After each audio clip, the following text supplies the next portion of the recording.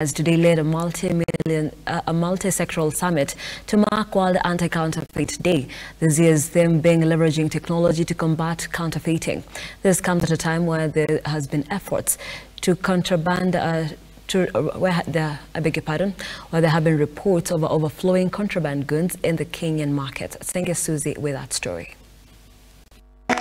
A section of public and private sector leaders have today converged at the Crown Plaza Hotel in Nairobi to commemorate the World Anti-Counterfeit Day. Speaking during the event, the authority's acting executive director Frida Keberia has noted that the COVID-19 pandemic led to the extensive rise in counterfeit in the Kenyan markets. Ladies and gentlemen, ACA has put in place other mechanisms to deal with these menace. One of them is automation of the enforcement processes, which will enhance efficiency of handling and processing formal complaints. Decentralization of ACA operations by having presence in all ports of entries, and collaborating with private sector and other government agencies on intelligence sharing. On her side, the county commissioner, who was represented by his deputy, has noted that security organs are ready to collaborate with the Anti-Counterfeit Authority to combat counterfeit in the Kenyan market. The county security teams wants to assure you of our continued commitment in this endeavor.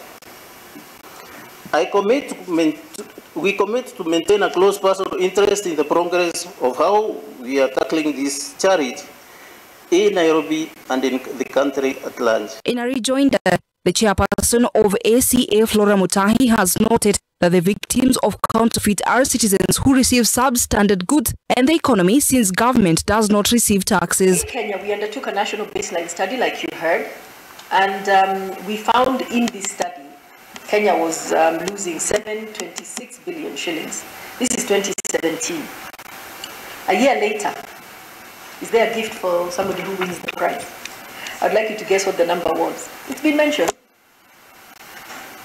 826, a whole whooping 1 billion within a year. That is Kenya, which is one country out of 100 and something. The Deputy Head of Public Service and Coordinator of the Multi-Agency Enforcement, who was the chief guest, has noted that the government has embraced the multi-agency approach to combat counterfeit and contraband goods in Kenya. Remember what we are doing here today. We launch and we implement. We will have cut almost by half what we are doing, because we will be able to know exactly what is coming in before it comes in.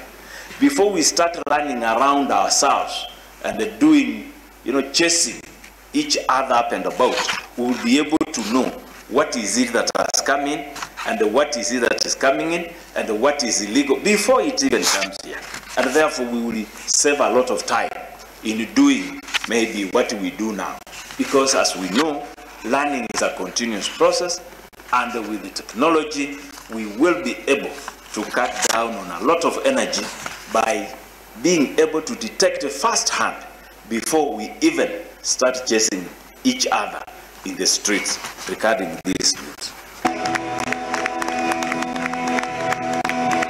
Even as the country continues to leverage on methods of recovering the crawling economy, especially after the severity of the coronavirus pandemic, Kenyans now have been urged to actively participate in the battle against what has been termed as an economic sabotage and a form of corruption that is counterfeit, not only for the good of legit business owners here in the country and the economy, but also for matters security, health and the well-being of citizens. Senge Suzy, Look Up TV at the Crown Plaza Hotel in Upper Hill, Nairobi.